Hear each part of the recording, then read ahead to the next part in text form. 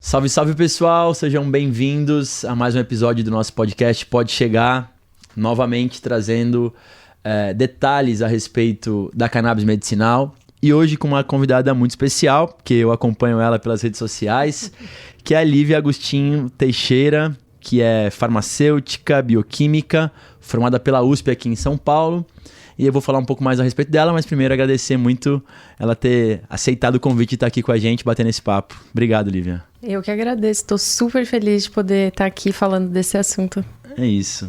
Assunto muito importante, que faz parte do mandato. Hoje, carro-chefe do nosso mandato é a cannabis medicinal, após a sanção da lei que inclui os medicamentos à base da cannabis aqui no SUS. E aí, para quem não conhece a Lívia ainda... vou apresentá-la aqui, né? Primeiro que eu já disse que acompanho muito ela nas redes sociais, tem mais de 50 mil seguidores e realiza um trabalho muito importante de orientação e esclarecimento a respeito da fibromialgia, que é uma síndrome de dor crônica, e eu já antecipei com ela aqui nos bastidores, muito importante falar porque dor crônica é uma condição clínica que a gente vai começar uma discussão dentro da regulamentação da lei, portanto... É muito possível que pessoas com fibromialgia possam ter acesso aos medicamentos aqui pelo estado de São Paulo, que eu considero um grande avanço, imagino que você também. Bom, a fibromialgia apareceu no primeiro protocolo elaborado pela Faculdade de Medicina da Unesp de Botucatu como dor nociplástica, isso na nossa regulamentação, incluindo aí a fibromialgia, além de outras dores também, dor neuropática, dor nociceptiva, dor intensa, e a refratariedade às terapias padronizadas de primeira e segunda linha. Indo direto ao ponto aí, Lívia, gostaria que você pudesse explicar um pouco a respeito do que é a fibromialgia. Tem muitas pessoas que não conhecem ou já ouviram falar, mas não sabem efetivamente no que compreende a fibromialgia. Claro, a fibromialgia é uma síndrome dolorosa crônica, né? É importante falar síndrome porque ela abrange um conjunto de sintomas. E a dor realmente é a mais conhecida, né? Então, quando fala em fibromialgia, as pessoas geralmente já falam assim, é aquela condição de dor. E sim, a dor é muito presente, é um critério diagnóstico, né? Para você receber o diagnóstico tem que ter a presença da dor, mas existem vários outros sintomas que tornam ela uma síndrome e que trazem muito da disfuncionalidade, né? Da incapacidade associada a esses sintomas. Como, por exemplo, fadiga. A fadiga é uma questão, assim, porque as pessoas às vezes acham que é um cansaço. Eu ia falar isso, não é cansaço. Não é cansaço. A fadiga, ela não necessariamente está relacionada a algum esforço físico, alguma atividade que você fez e se cansou. Então, é muito comum a pessoa acordar já com essa sensação de fadiga. É um nível de cansaço um pouco mais acima, assim, uma exaustão. E tem outros sintomas também, distúrbios de sono, problemas de concentração, questões intestinais. É muito comum ter ansiedade e depressão também associadas, sensibilidade ao toque. São várias coisas que estão relacionadas a ela. E muito disso é por causa do mecanismo que ela acontece, né? Que ainda não é muito bem estabelecido. Acho que por isso ainda tem uma certa discussão entre algumas pessoas sobre a fibromialgia ser uma doença real ou ser uma questão psicológica, né? Ainda é uma questão que a gente enfrenta muito, mas existe uma hipótese de uma sensibilização central, que é um desbalanço no sistema de processamento da dor, uma condição em que tem uma resposta exacerbada a estímulos, então a pessoa reage com dor para estímulos que, para a maioria das pessoas, não são dolorosos, né? Então é uma coisa lá no sistema nervoso central, por isso que tem esse monte de sintoma associado. E você, na verdade, claro, além de estudar a respeito da fibro, você também tem o diagnóstico de fibromialgia. Então, você sente aí tudo isso que você está falando, imagino, no seu dia a dia. Quando é que você teve esse diagnóstico, Lívia? Então, o diagnóstico mesmo, ele veio... Tem mais ou menos 10 anos, mas os sintomas eu já tenho desde a infância. Então, a vida inteira eu convivi com essa dor e ainda naquela época era muito difícil, Quando você fala dor, é dor crônica já, Lívia? Ou ela vai evoluindo ao longo do tempo? Não, assim, quando eu era criança, era uma dor mais pontual, né? Eu não lembro muito bem, mas eu lembro de sempre ter essa presença da dor na minha vida, de ir pra pronto-socorro com dor, de ter que parar exercício, atividade física que eu fazia porque eu tava com dor, viver na fisioterapia. Sem um motivo específico, né? Então, a vida inteira foi esse mistério, né? Por quê? Que dor é essa? Da onde que vem isso? E aí, conforme eu fui ficando mais velha, esses sintomas foram se intensificando. E aí ela essa dor, né, que a gente fala da fibromialgia, ela tem algumas características, né? Que é uma dor difusa, é uma dor espalhada, não é uma dor localizada, né? Então, dói meu ombro, dói meu braço. Não, dói simplesmente Corpo tudo. todo. E ela é uma dor que geralmente está presente em todas as regiões do corpo, né? Lado esquerdo, lado direito, membros superiores e inferiores. E generalizada, né? Então, essa dor que persiste por pelo menos 3 meses. Esse é um critério diagnóstico. Isso que eu ia falar, porque a dor crônica também, ela, para ser confirmada, ela tem alguns requisitos, vamos dizer assim, né? Então, um deles é isso, tem que ter pelo menos 3 meses permanente dessa dor. Você consegue ter, assim, já tem alguma análise no Brasil em relação à quantidade de pessoas que também já tem o diagnóstico, ou ainda que não tem o diagnóstico, mas que tem essa mesma condição que a sua, assim, já tem dores há muito tempo? Dá para ter uma noção no Brasil? Porque eu sinto muita gente falando em fibromialgia mais recentemente. Você consegue ter essa percepção? Sim, eu acho que realmente é um assunto que está muito mais, assim, em alta recentemente. Muitas pessoas famosas também, né? A Lady Gaga foi um grande marco ela ter falado que ela tinha fibromialgia. Então, a comunidade, assim, ficou, né, sensibilizada por ela, mas feliz pela visibilidade. E acho que tem se falado mais e, consequentemente, a gente tem mais diagnósticos, porque as pessoas começam a se informar.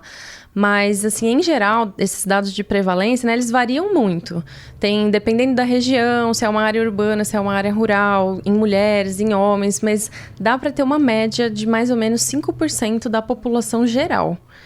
Então, se a gente pensa no estado de São Paulo, acho que tem 44 milhões de pessoas no estado. É isso. Então, são 2 milhões de pessoas que têm o diagnóstico. Tem diagnóstico de fibra. Mas tem muito subdiagnóstico, assim. Você tem doutorado no tema, é isso? Sim. Eu fui fundo, né, na história. Você fez aonde? Fez aqui em São Paulo mesmo? Eu fiz na Unesp, em Botucatu. Na Unesp. Fiz lá na Inclusive na Unesp, que tem aí, dá uma referência aqui da doutora Fernanda Fukushima, que faz parte do grupo de trabalho que está regulamentando a lei e é justamente a responsável por poder descrever, vamos dizer assim, a dor que será contemplada, as dores que serão contempladas dentro da nossa lei. Então, acho que o Estado de São Paulo tem esse lado positivo de ter profissionais de alta capacidade ajudando a gente na regulamentação desse tema. Sim, a Fernanda, inclusive, é a minha orientadora do doutorado, né? Uma pessoa incrível, uma médica super sensível, muito envolvida com o tema. Vamos lá, e aí, indo mais direto ao tratamento, pra gente poder chegar na sequência na cannabis. Você não começou, ou já começou, foi seu primeiro tratamento já foi com cannabis medicinal ou não? Não, quem me dera, né? Mas não foi.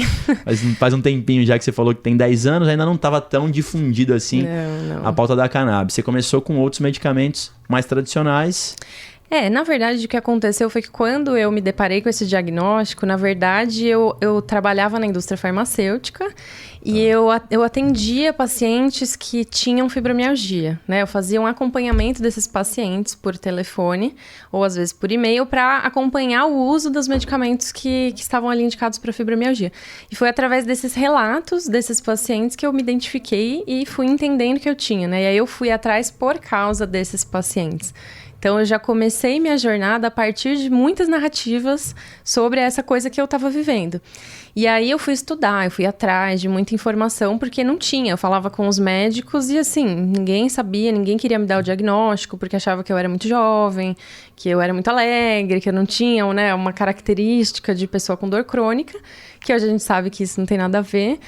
Mas eu fui descobrindo que os tratamentos mais indicados eram não medicamentosos, né? Então, eu sempre optei por seguir essa linha, com atividade física, com mudança alimentar. Mas eu fiz tentativas com a medicina alopática, né, que foram muito frustrantes, assim. Então, eu logo interrompi meus tratamentos e segui fazendo só essas mudanças comportamentais. Então, você também tem atividades físicas permanentes e alimentação regular, vamos dizer assim. Sim, eu tenho que cuidar bastante porque a fibromialgia é muito complexa, né? Então, você precisa cuidar do seu corpo, assim, na totalidade. Perfeito. E o que acontece, na verdade, é que o que hoje me ajuda em sustentar essa prática de atividade, tudo, é cannabis. Porque me ajuda na recuperação, né? Eu consigo permanecer com essa constância nas atividades, coisa que antes era muito difícil. Então, e aí que eu ia perguntar isso. E quando é que chegou a cannabis para você? Quando é que você tomou conhecimento a respeito do lado medicinal e quando é que você começou a usar esses medicamentos? Faz tempo já ou não? Acho que foi lá por 2019, 2020, que eu acho que foi quando teve um grande, né, boom, assim, aqui no Brasil. Disso. E o que aconteceu é que, como eu já tinha um projeto voltado para pessoas com fibromialgia, as empresas começaram a me procurar. Esse projeto é o de Bem com a Fibro? Isso. Tá. É um projeto que eu criei um pouco assim depois de eu ter o diagnóstico para compartilhar as informações que eu estava descobrindo, né? Tava uma jornada de descoberta e um acesso muito difícil à informação naquela época. Então, eu criei o projeto para começar a compartilhar um pouco disso. E quando começou essa coisa mais intensa, assim, da cannabis, algumas empresas começaram a entrar em contato comigo, me procurar pra gente falar sobre isso. E aí, eu comecei a fazer os tratamentos. Perfeito. Aí, esse universo se abriu. E assim, entrando diretamente na questão do tratamento com esses medicamentos. Uma mudança muito significativa, Lívia? Muito significativa. Eu até, assim, né, tem que ter uma certa cautela para falar. Para não exagerar. Porque tem corpos e corpos, Sim. né? Tem organismos e organismos. Então, nem sempre a pessoa vai ter uma resposta tão rápida. Às vezes, ela vai ter que ter um ajuste de dose. Comigo foi. Na verdade, assim, eu comecei usando um tipo de medicamento, que era um composto mais isolado. E aí não foi tanto o resultado. E quando eu comecei a entrar com o full spectrum, com os medicamentos, né, que tem a totalidade ali da planta, e aí também eu já estava envolvida, então eu já estava estudando, estava entendendo. A Fernanda me ajudou também nisso, né, de falar, esse canabinoide é importante, esse aqui. E aí eu comecei a ajustar mesmo meu tratamento, né? Levar mais a sério, entender que tem horário para fazer isso, entender que tem combinações de canabinoides que podem me ajudar. Porque a fibromialgia tem, assim, vários sintomas para serem tratados com a cannabis, né? Tem a dor, tem a fadiga, tem as questões de concentração, tem questão de sono. Então, assim, é uma mudança muito grande, né? Sim. E em tudo, a cannabis acaba, de alguma forma, te auxiliando. E todos esses sintomas, por exemplo, que você falou, de alguma forma, vêm ao encontro de muitas das conversas que nós já tivemos aqui nessa mesma mesa a respeito do tema. Então, tá muito conectado. E daí em diante, você passou também a falar, dentro do teu projeto, sobre a cannabis medicinal para a fibro. Exatamente. Tá. Foi assim que eu comecei a trazer esse tema. E no começo, com muita cautela, né? Assim, será que eu posso falar disso mesmo? E aí a gente foi criando mais segurança. Eu acho que todo mundo foi criando mais segurança para expor isso, né? E as pessoas estavam me demandando muito. E Lívia, a convivência com a fibro vai ser permanente na tua vida ou ela pode ir reduzindo ao longo do tempo? Já tem algum estudo a respeito disso ou não? Assim, até onde a gente sabe hoje é uma condição crônica, ou seja, né, não tem cura. Okay. Existem pessoas que falam em remissão, que é um estado em que não existe mais nenhuma manifestação de sintoma. Eu não atingi esse nível. E assim, os relatos científicos, em sua maioria, são realmente num perfil de oscilação. Então, é possível que a pessoa controle sintoma, retome funcionalidade, mas muito provavelmente ela vai conviver com essa síndrome e vai ter momentos que ela vai ter uma recaída, né, entre aspas. Ela vai ter momentos de exacerbação desses sintomas que precisam ser gerenciados. Sim.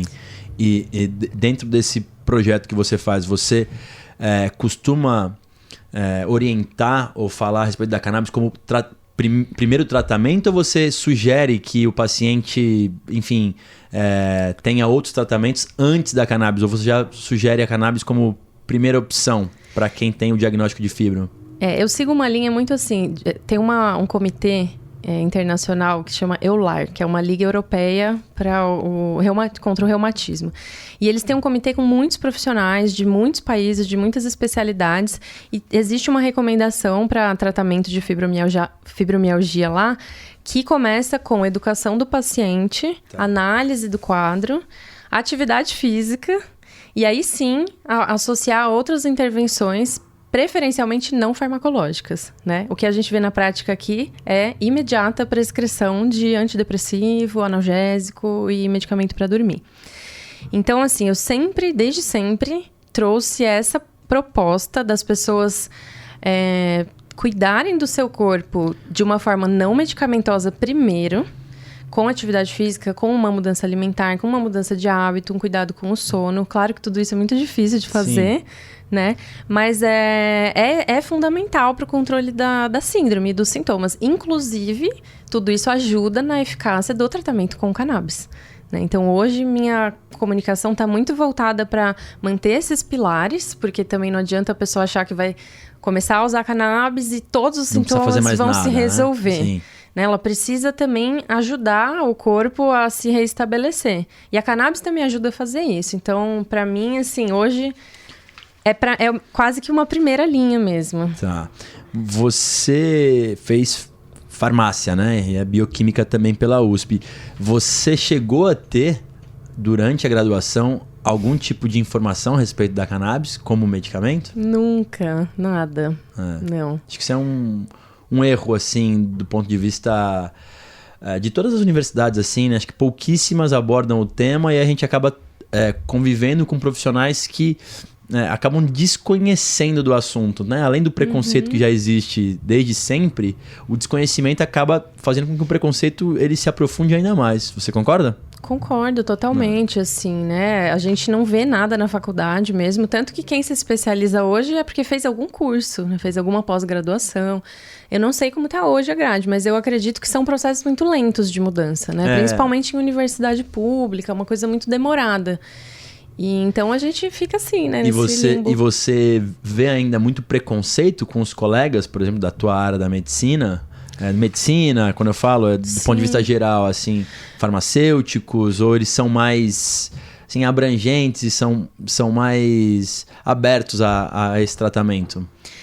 Assim, as minhas amigas mais próximas estão também muito envolvidas com o tema, né? Mas eu vejo muito relato, assim, principalmente de médicos, que tem muita resistência, né? E aí eu até fico me perguntando, assim, da onde vem essa resistência, né? Porque essa argumentação de falta de evidência científica, né, é uma coisa muito, assim, complexa, né? Não tem evidência, é diferente de teve estudo e não tem evidência, né? A falta de estudos vem por uma proibição, por uma questão de um impedimento.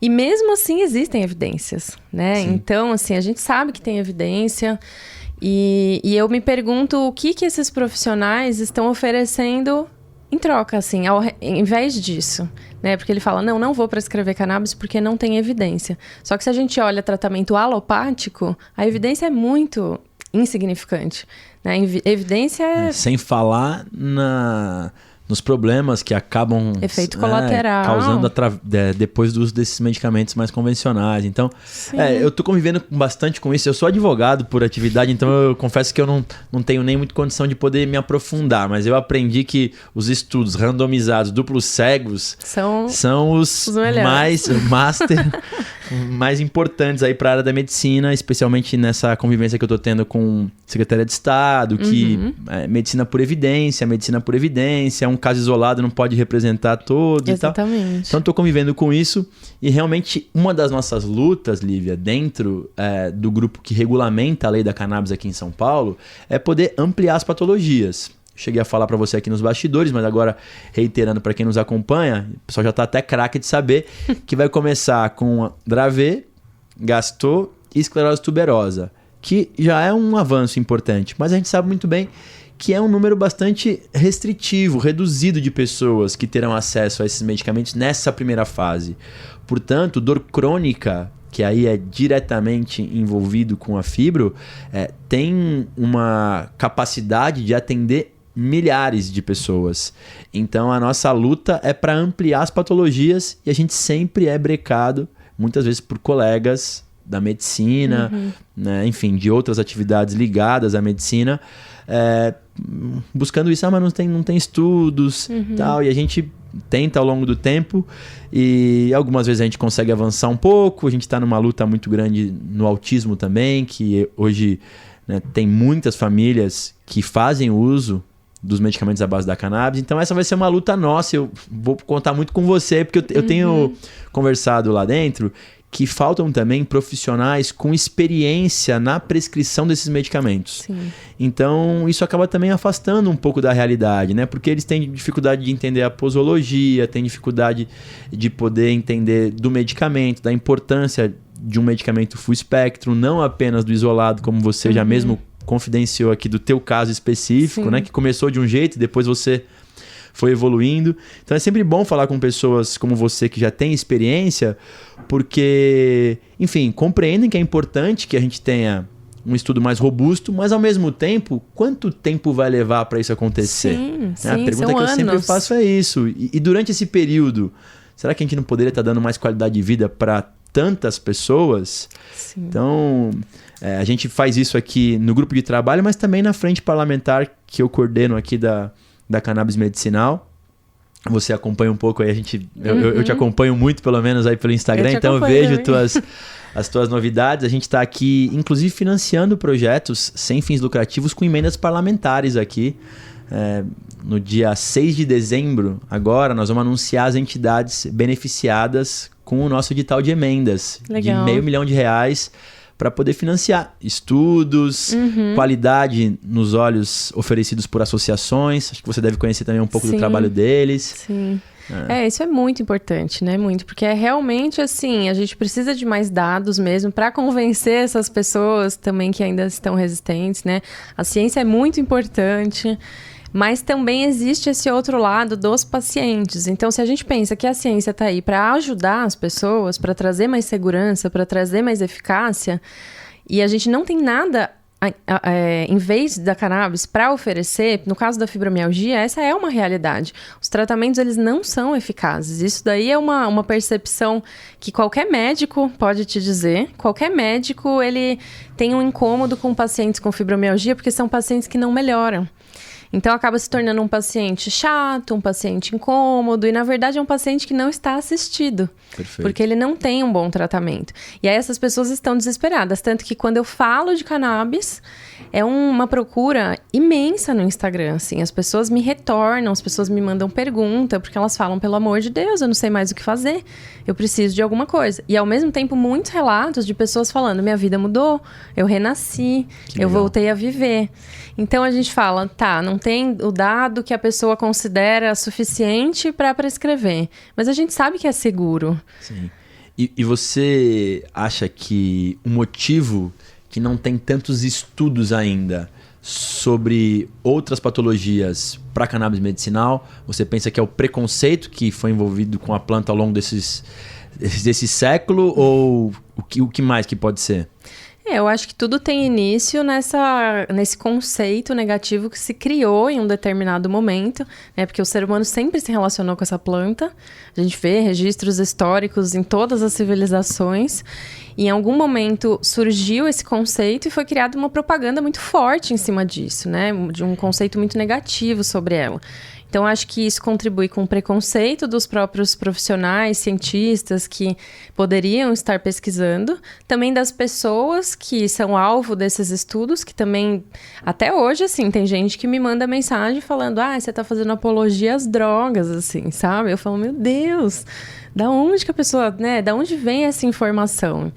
Então, acho que isso tudo dificulta. E a proibição, né? A parte da regulamentação. Se a gente não tem disponível uma substância para estudar, a gente não vai estudar. Então... E é um tanto quanto, além de antiquado, de ultrapassado, assim, acaba sendo seletivo, porque a gente tem outros medicamentos, né? Tá aí a morfina, que tem a origem na papoula, e outros mais que também poderiam ter esse mesmo tipo de preconceito, mas hoje já estão consagrados na medicina. Enfim, já seguindo aqui para o nosso final, e aí um pouco sobre isso que a gente falou agora, se você tivesse que pensar daqui 5 anos, não é um tempo tão longo assim, como é que você imagina aqui no Brasil que nós vamos estar em relação à cannabis medicinal?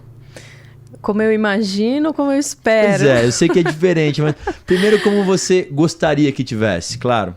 Olha, minhas ambições são muito altas, assim, né? Eu acredito muito numa liberdade de uso dessa substância, né? Assim como o álcool é uma substância com plena liberdade para pessoas maiores de idade e não traz benefícios como a cannabis, né? Como um tratamento. Então, eu acredito que a gente deveria ter a escolha de usar como a gente preferir. Tem gente que vai fazer o cultivo, tem gente que vai produzir seu próprio medicamento e vai ficar bem com isso. Tem gente que mora em alguma região ou por algum motivo não quer cultivar e ela quer ter acesso a um produto de qualidade, então ela deveria poder também. Quem quiser importar porque tem alguma coisa diferente lá fora, importe também, sabe? Eu acho que tem necessidades diferentes para pessoas diferentes, para possibilidades diferentes. Então, no meu sonho, é uma liberdade mesmo de escolha, de o próprio paciente poder escolher como ele quer cuidar de si mesmo, né? Perfeito. Que a autonomia é tudo, né? Sim. Não, eu concordo com você. Esse é o teu sonho. Você acha que o teu sonho tem chance de se tornar realidade durante esses próximos 5 anos ou você acha que ainda é um tanto quanto distante? Eu sou muito otimista, então eu acho que sim, assim, eu acredito muito na regulamentação do cultivo, eu acredito muito no avanço das associações, eu acredito muito também no poder das importadoras, né, porque a gente sabe que também movimentam o mercado, empresas, então eu acho que tudo é válido, a gente tem um sonho, a gente tem um ideal que a gente imagina, né, de um acesso bem democratizado, mas a realidade tem muitos obstáculos. Então, assim, para mim, eu acho que tudo é bem-vindo, né? Se favorece maior acesso a isso. A gente está acompanhando muito, Lívia, o processo legislativo do Congresso Nacional.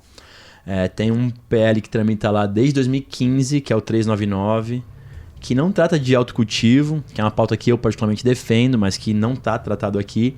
Fala mais de cultivo indoor, CNPJ, pessoas jurídicas, o que já seria um grande avanço. Esse projeto está na mesa do presidente da Câmara, num recurso impetrado pela bancada ultraconservadora a respeito dessa temática. Então, espero que a tua esperança, né, que eu acho que é importante ter também, e eu vou estar nessa luta para que a gente consiga avançar aqui no Brasil, possa se concretizar de fato, além de tudo isso que você falou, de ter empatia pelas pessoas, né, e cada um do seu jeito, como for usar, também não podemos deixar de falar do potencial econômico que tem, né? Sim. Porque assim, nós estamos passando por um momento difícil, pós-pandemia, muitas pessoas desempregadas. Nós temos aqui no estado de São Paulo, para não ir para outros estados, um estado que tem uma capacidade muito forte no agronegócio, que tem solo, que tem clima e que, portanto, poderia muito bem, né, garantir o cultivo. Então, essa é uma outra luta nossa. Eu trabalho aqui hoje nesse novo mandato. A minha luta principal é por um outro projeto de lei de minha autoria, que é o 593, que é o projeto que permite que as universidades públicas e os institutos vinculados à Secretaria de Estado de Saúde, a FURP, o Butantan e outros mais, possam cultivar e produzir esses medicamentos. Afinal de contas, se a gente está incluindo no SUS, e eu sei que é um custo alto, porque muitas pessoas em breve terão acesso a esses medicamentos, é um medicamento que ainda tem que ser importado, fora as associações que conseguem produzir aqui. Então, por que não o estado de São Paulo produzir o seu próprio medicamento, garantindo um preço baixíssimo e uma qualidade muito boa? Então, essa é uma luta que nós temos aqui e te convido também para poder auxiliar a gente aqui na tramitação desse projeto. Esse projeto do Cannabis no SUS demorou 3 anos e meio para eu conseguir aprovar aqui na Assembleia. Foi quase um mandato todo. Eu vou tentar nesse, ver se a gente consegue agilizar um pouco mais esse processo, mas eu vou precisar muito de pessoas engajadas e que têm conhecimento de causa e que, no teu caso, né, tem conhecimento próprio. Mais do que falar, você sente as dificuldades. Espero eu contar contigo nessa luta aqui em São Paulo. Com certeza. No mais, Lívia, te agradecer então aqui pelo aceite de estar com a gente. Essa é uma pauta que vem sendo uma das pautas principais do nosso mandato. O governador foi o primeiro projeto que ele sancionou como governador em fevereiro desse ano, depois de muita pressão nossa, da sociedade também. E ele tem conhecimento, porque ele, no dia da sanção, confidenciou que tem familiares dele que fazem o uso do medicamento. Sim. Essa é uma coisa que num outro podcast a gente pode falar também.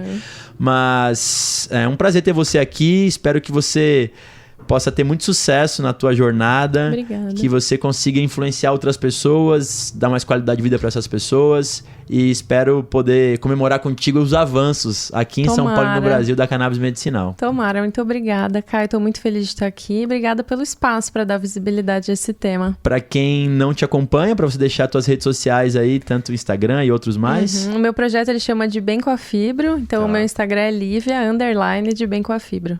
Lá é onde eu tô mais ativa. Então tá bom. Galera, espero que vocês tenham gostado um pouco do nosso bate-papo aqui. Para mim foi um prazer muito grande, porque eu acompanho a Lívia pelo Instagram, vejo a evolução dela falando a respeito do uso dos medicamentos à base da cannabis para fibro. A gente já falou sobre outras patologias aqui. Recentemente eu recebi a Claudinha a respeito do Parkinson, a Neide a respeito de síndromes raras. E um prazer poder receber você, Lívia. Espero que a gente possa seguir evoluindo e que vocês possam acompanhar a gente aqui no podcast Pode Chegar. Até a próxima, um abraço a vocês, valeu. Tchau, tchau.